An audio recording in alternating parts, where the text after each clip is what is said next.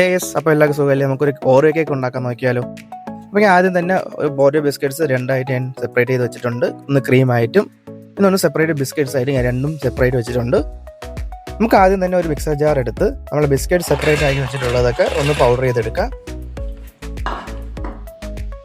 അതിനുശേഷം ഞാൻ ഒരു ബൗൾ എടുക്കുന്നു. അതിൽ ഏകദേശം 1/4 കപ്പ് ഞാൻ പഞ്ചസാര അല്ലെങ്കിൽ 1/2 കപ്പ് പഞ്ചസാര ഇടുന്നു. അതിനുശേഷം നമുക്ക് ആ പൊടിച്ച് വെച്ചിട്ടുള്ള ബിസ്ക്കറ്റ് പൗഡറും കൂടെ ആഡ് ചെയ്ത് കൊടുക്കാം. എന്നിട്ട് ഞാൻ ഏകദേശം 1/2 കപ്പ് 250 ml പാലും കൂടെ ആഡ് ചെയ്ത് നല്ലപോലെ ഒരു മാവ്, അത് നമ്മൾ ബാറ്റർ കൺസിസ്റ്റൻസിയിൽ ഞാൻ ചെയ്യുന്നുണ്ട്. ഒരു കാര്യം ശ്രദ്ധിക്കുക, നല്ലതുപോലെ മിക്സ് ചെയ്ത് കൊടുക്കണം. നല്ല മിക്സ് ചെയ്താലേ ഒരു ഫ്ലേവറും ടേസ്റ്റും കിട്ടത്തുള്ളൂ.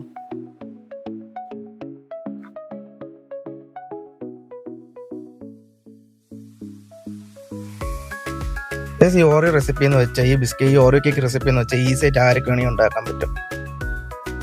ഓക്കെ, നമുക്ക് നല്ലതുപോലെ മിക്സ് ചെയ്താൽ ഈ ഒരു കൺസിസ്റ്റൻസി നമുക്ക് വന്നിട്ടുണ്ട്. ഞാനിവിടെ ഓവൻ ഇല്ലാത്തതുകൊണ്ട് ഞാൻ ജസ്റ്റ് ഇഡ്ഡലി പാത്രത്തിൽ വെള്ളം തിളപ്പിച്ചാണ് ഞാൻ റെഡിയാക്കുന്നത്. നമുക്ക് ആദ്യം തന്നെ നമുക്കൊരു മോൾഡിലോ ഇതേപോലെ പല പാത്രത്തിലോ നമുക്ക് കേക്ക് ഒന്ന് പോർ ചെയ്തെടുക്കാം. പോർ ചെയ്യണമെങ്കിൽ നമുക്ക് പാത്രം ഒന്ന് നല്ലതുപോലെ ഒന്ന് ഓയിൽ വെച്ച് നല്ല ചുറ്റി എല്ലാ സൈഡും ഒന്ന് നല്ലതുപോലെ ഗ്രീസ് ചെയ്ത് കൊടുക്കാം.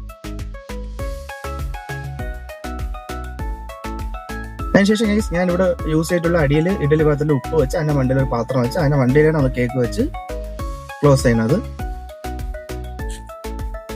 അതിനുശേഷം ഞാൻ ഏകദേശം ഒരു 40 മിനിറ്റ് നമുക്ക് കുക്ക് ചെയ്തെടുക്കാം. അത്രേ ഉള്ളൂ. ഈ വീഡിയോ നിങ്ങൾക്ക് ഇഷ്ടപ്പെട്ടെങ്കിൽ like, comment, share and subscribe. Next ഒരു വീഡിയോയിൽ കാണാം. ബൈ.